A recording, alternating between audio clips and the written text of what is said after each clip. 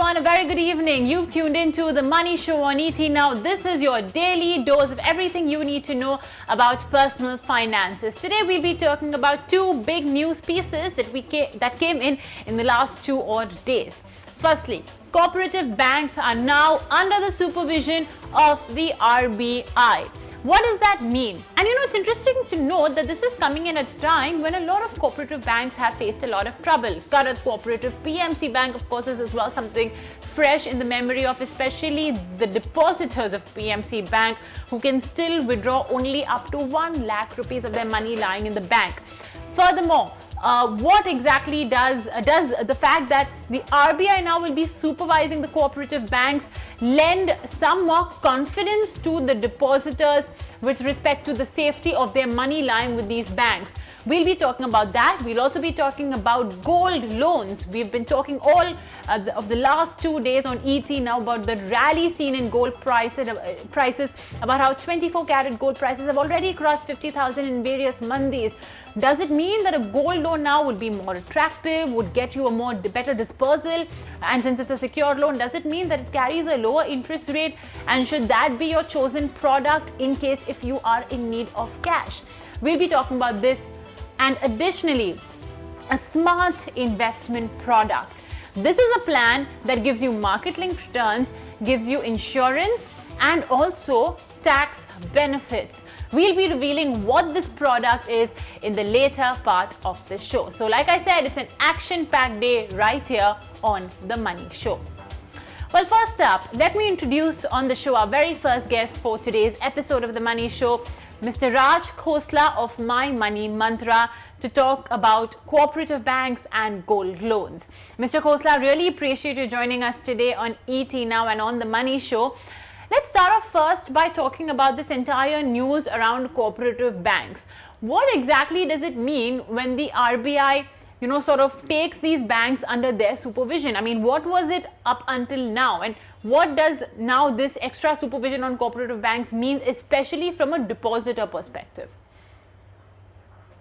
Well, see, for the customer, to answer your question directly, the short answer is yes, much safer, and it makes things much more organized, and brings in the operative word should be transparency and standardization in their operating procedures, because they will now be, all the cooperative banks will now be subject to the same amount of discipline that the other scheduled banks, and I use the word scheduled banks, not only the nationalized or any other banks or PSU banks, all scheduled banks, which means pretty much the best practices and which the RBI mandates for governance of banks will be applied to the cooperative banks now, and that's only good news for the customer.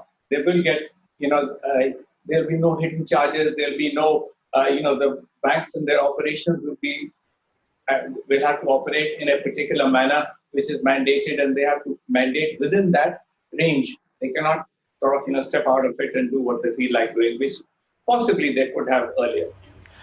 Okay, so basically the cooperative bank will now be managed in a more efficient manner, in a more organized manner. But I think, Mr. Khosla, there's one question that may be lingering on everybody's mind, and that's with respect to a trend that we've been seeing, a very unfortunate one in the last couple of years.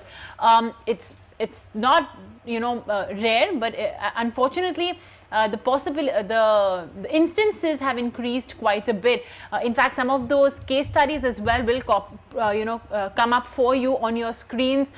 We have seen the Bank of Karad, we've seen Global Trust Bank, Madhavpura Cooperative Bank, PMC Bank, of course, is something that's very fresh in our minds.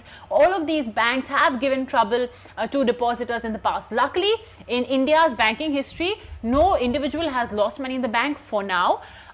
So yeah, now what will happen if, let's say, a bank, unfortunately faces a cash crunch and is not able to honor the deposits because of whatever reason? Now that the RBI is supervising it, what will happen if a bank's, cash and asset liabilities mismatch? You see, just to put a fine point on it, that it isn't as if the customers will get back all of their money. They will, as far as getting the money back is concerned, it will be governed by the rules as they exist and they apply to the entire banking industry, which means there's a particular limit of deposit insurance and so on. So will this happen again? Quite honestly, human nature is such. You plan for the best and you put all the safeguards in place, but a determined thief is at some point in time likely to get in. So it may happen again, but I think that the interests of the depositors and the customers of all banks will be much better safeguarded now that they are under RBI control. Right. Well, fair enough. That unfortunately it's not the first time. It's not going to be the last time that banks would run into some sort of trouble, especially cooperative banks. But yeah, now that there is the RBI supervision, it would sort of guide the bank out of the crisis in a more easy way. Okay, how will the RBI, by the way, prevent mismanagement by cooperative banks? Because that's really been the reason why individuals that have poked their noses around in the bank's operations. We know that's what happened in a PMC bank, right? Excessive loans given to one party. So if an RBI is supervising it, do you think that all of this mismanagement can be prevented? Well, you see, first of all, they'll be able to offer rates which are within the band recommended by the RBI, and certain other, the way that they invest their monies are also governed by guidelines issued by the RBI. So essentially, whether they accept money from depositors or they make investments, from their own deposits, it will, both these activities, taking money and making investments, will be governed by RBI guidelines and not as much, by their own preferences. I mean, for instance, they can't offer huge rates of interest, to attract deposits and then try and do something, which, like you said, probably flexibility is a euphemism, but something that a scheduled bank may not be able to do. Those schemes, they could go bust and the depositors could lose. All that will not happen now. And therefore, like you said earlier, only good news for the depositors and for the bank customers.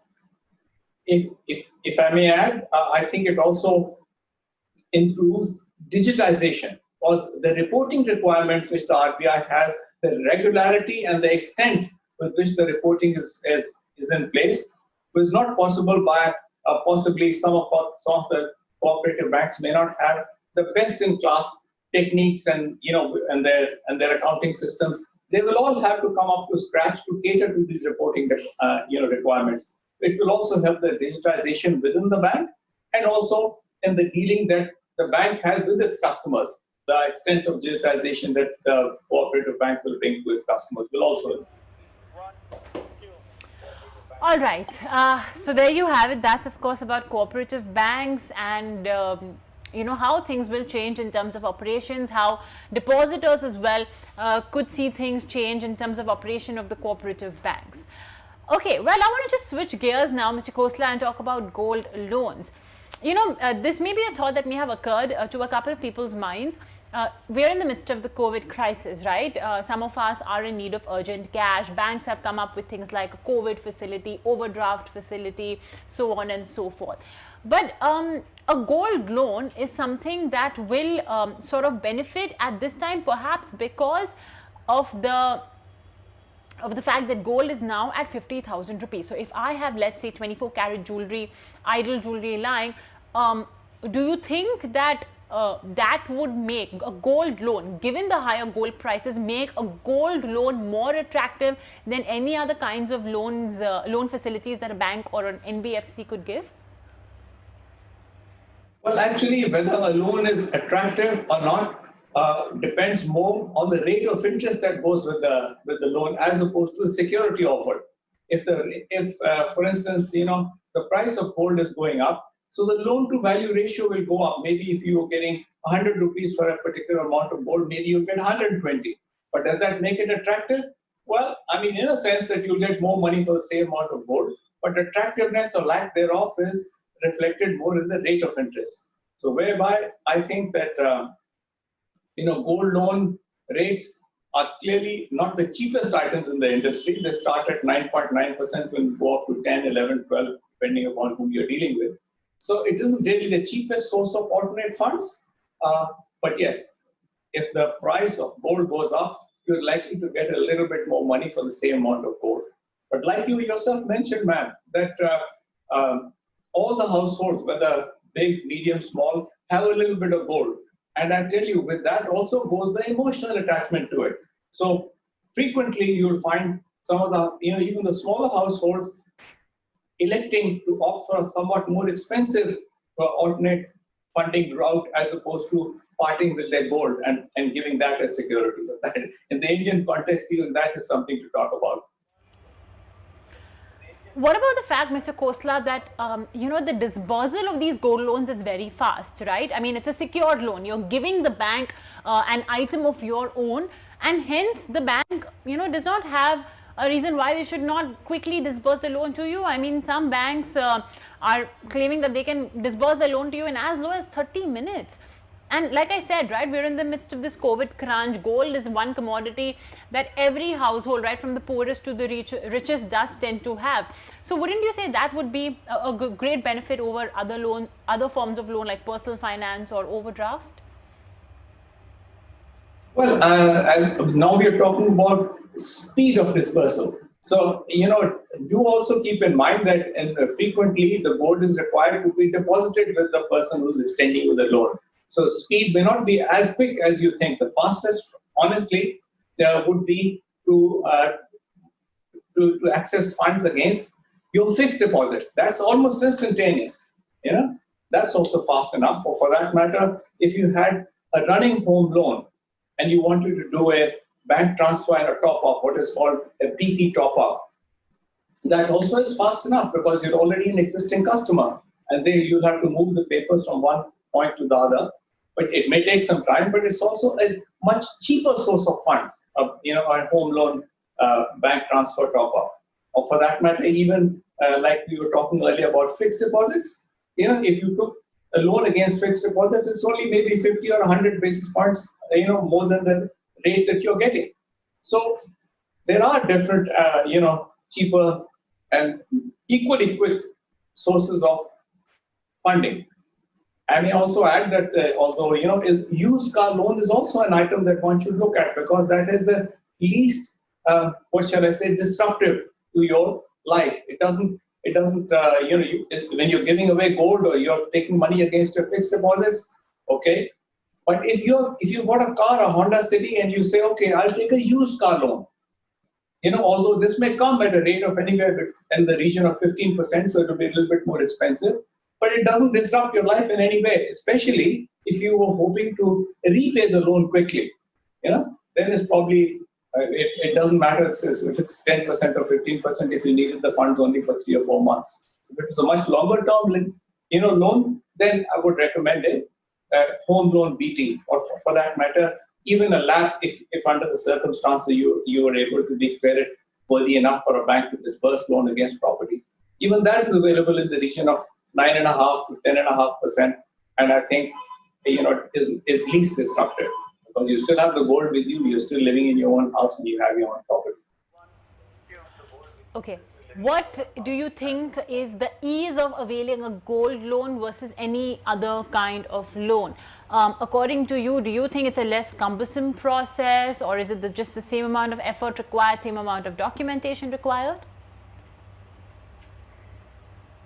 Advice as in, because you're right, personal loans, or for that matter, any loan disbursal, is going to get tougher because the banks, you can't really blame them because they have no other way of assessing creditworthiness. When we say that, all right, RBI has mandated that if you avail the moratorium, your credit score, it should not reflect on your credit rating. But, once the moratorium is lifted, anybody who's assessing creditworthiness will certainly ask the question whether you did or did not avail the moratorium, and it does affect your creditworthiness. So you can't really blame the banks for slowing down on their disbursals because in the end, if they made bad loans, they would end up, carrying bad debts. So you can't really blame them. Great. Thank you so much, Mr. Khosla, for joining us today on the Money Show and sharing all of these valuable insights, tips, advice, on the entire banking bit. cooperative banks, and even for that matter gold loans, both of which have seen quite amount of developments, with cooperative banks now coming under the RBI and gold loans now, of course, something that the bank as well may be actually quite willing to disburse, because gold prices have gone up so much. And remember that the bank or the NBFC would be willing to give you 60 to 75% of the value of the gold as a loan. So that's a pretty neat sum, especially because gold prices have gone up.